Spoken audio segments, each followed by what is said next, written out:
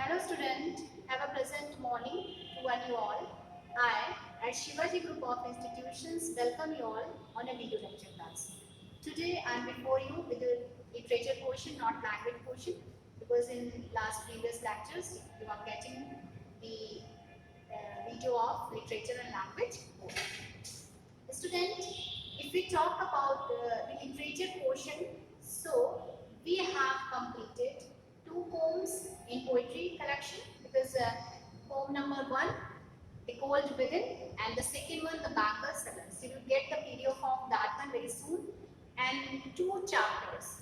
The first one was Old Man at the Bridge. That was I taught you in a detailed way. And the next chapter, that was A Horse and Two Ghosts. In that chapter, I taught you the summary of that chapter and the characterization of that chapter because the chapter was very lengthy. So you have to write only the question answer of that chapter. Comprehension will not come from that chapter because that was not taught to you in a detailed way. Because if I start teaching that chapter, I will not cover your play portion because we people have to start the play that is prescribed in the syllabus, The Merchant of Venice, and from this portion, from this way, you have to write the question answer based on the particular dialogues and particular paragraphs. Fine. So we cannot avoid it. Fine. So that's why we have started this one. So you will get the question answer of that two chapters very soon as a PDF form. Okay. Now the next thing is that I want to tell you before you. This topic that is not taught you earlier, so you have to keep the things into your mind. And one more thing that I want to elaborate for you, that this way is prescribed in syllabus. That is not taught to you before. I don't know, but I'm just going to tell you from the starting, from the beginning. Fine. So the thing is that The Merchant of Venice. So this is very important play of William Shakespeare. And if we talk about William Shakespeare, so our body really gets so excited, gets so enthusiastic because he is a great personality, a great poet and playwright and dramatist in the field of English literature. If we want to imagine the field of English literature or the gist of English literature, without William Shakespeare, it's useless. Everything is in vain. Nothing is without him in the field of English literature. Just like Kalidas is in the field of Sanskrit, in the same way, the same position, the same importance William Shakespeare has occupied in the field of English literature. Okay, fine.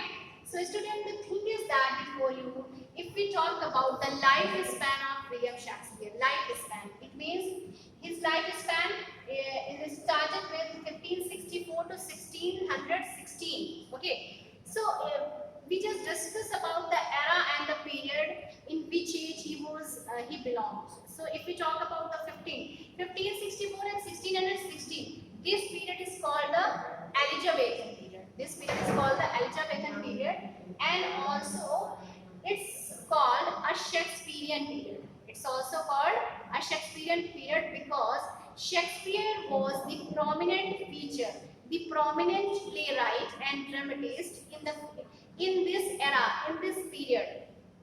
Okay, and this period is also called a Renaissance. What does mean by the Renaissance? Renaissance means a period of awakening, a period of getting something new, a period of getting aware.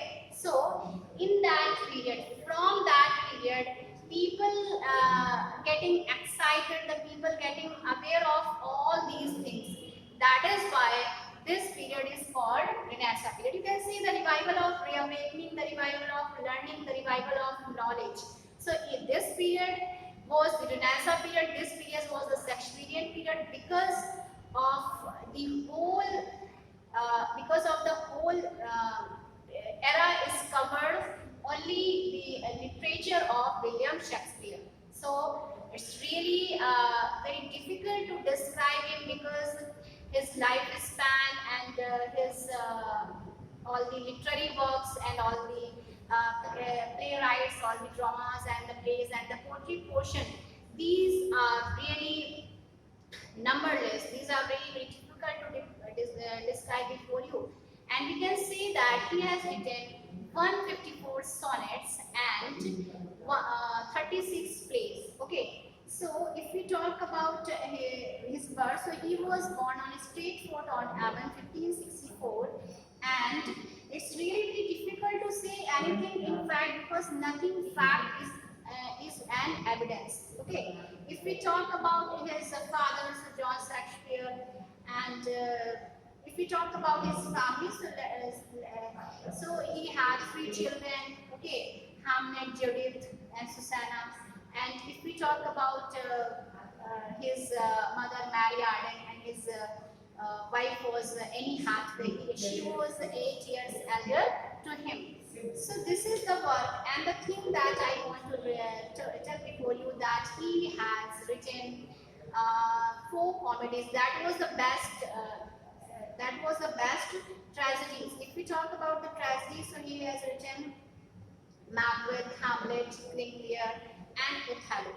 So in that tragedies, we just find a type of the content, that is something peculiar and that is something different.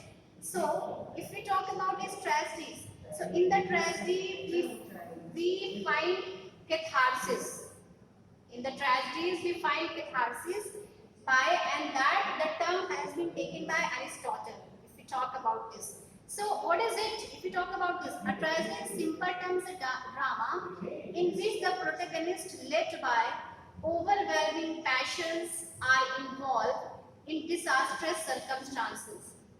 The movement is stately but grows more and more rapid as it approaches the climax. The ending is always calamitous, resulting in the death of main characters. So the action presented in the tragedy is recognizable to the audience as real as potential. Seeing it enacted, the audience has its passion raised and the conclusion of the action thus brings release from that passion. This is called catharsis, okay, by Aristotle. The Shakespeare main tragedies are Macbeth, Hamlet, King Lear, and Othello. He has also written some comedies, The Comedy of Errors, The Taming of the Shrew, Merry Wives of Winterstein, The Merchant of the Venice, that is given before you. Twelfth Night, Much Ado About Nothing, A Midsummer Night Dreams, As You Like It, and The Tempest. Okay. If we talk about the historical plays of William Shakespeare, so Julius Caesar, Antony and Cleopatra, Richard III, Henry IV, Henry V, and Cleopatra. Okay, fine. So this is the brief introduction of William Shakespeare because we cannot cover him at all. Okay. Now the thing is that today I am going to deliver a lecture on the play that is prescribed in your syllabus, The Merchant of Venice, that is the play. And here some characters are written over here. Some characters. Okay. And just see the characters of this one. Now, the first character that is written before you, and Antony. This one is the first character. Okay. And who is he? He is a merchant of Venice. He is the merchant of Venice. And the next one is Bassanio. The next one is Bassanio, a young man in love with Portia, and Portia is the heroine of the play, and she is also heiress of Belmont City. She is also heiress of the Belmont City. Student, let's continue it. So we can say that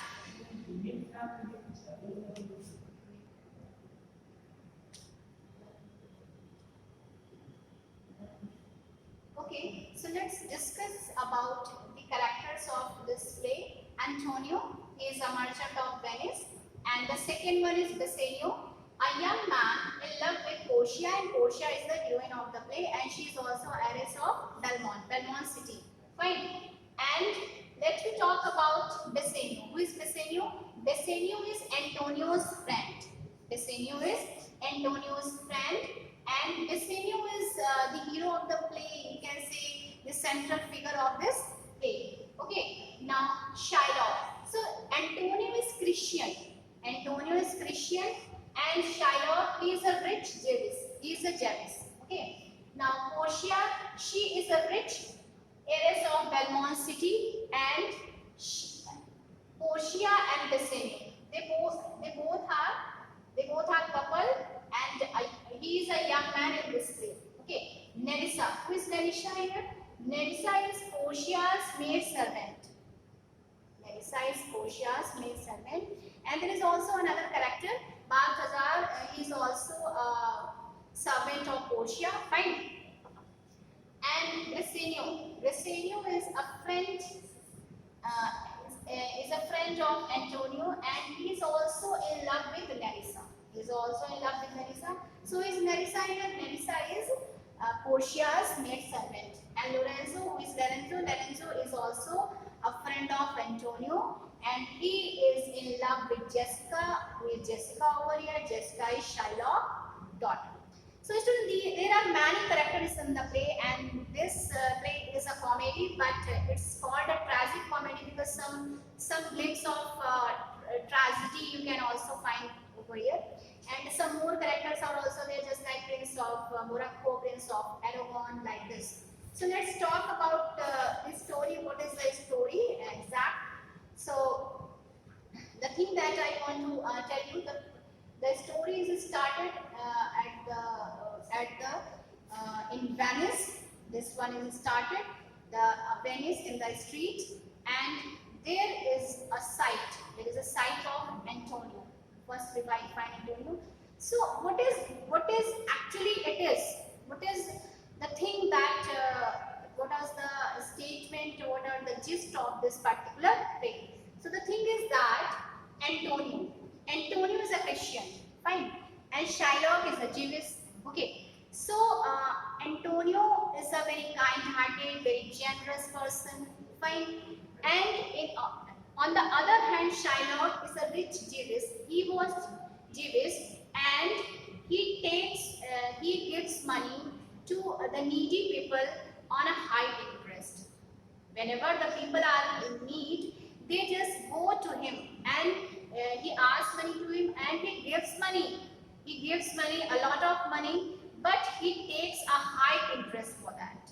Fine. On the other hand, Antonio also helps to the needy people, helps the person who are in poor condition, but he didn't take any interest on that. That's why Antonio was very popular. Antonio was very lovable and very famous personality in the city, in that place, Venice.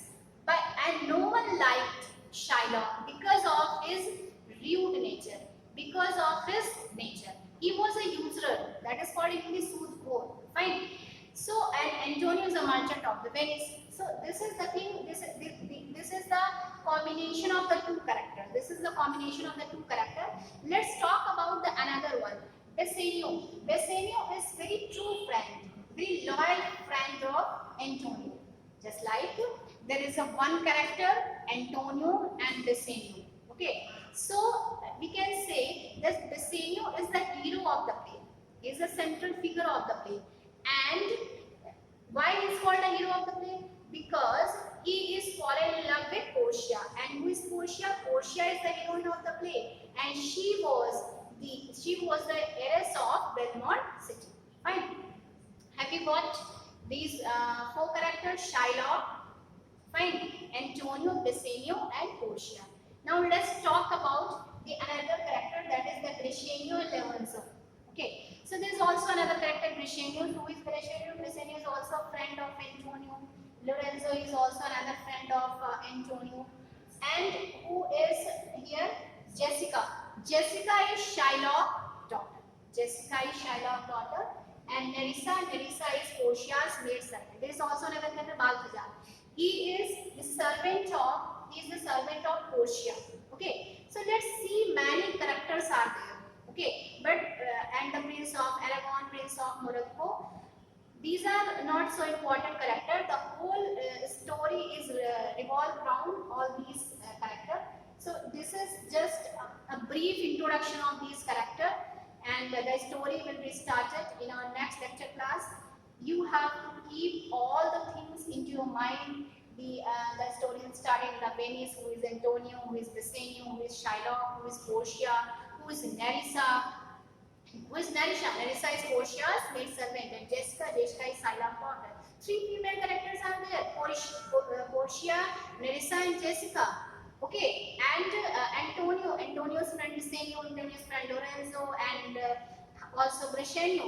And if we talk about the maid servant, if we talk about Nerissa is the maid servant, and Balthazar is also maid servant. But Balthazar also came as a lawyer in the court.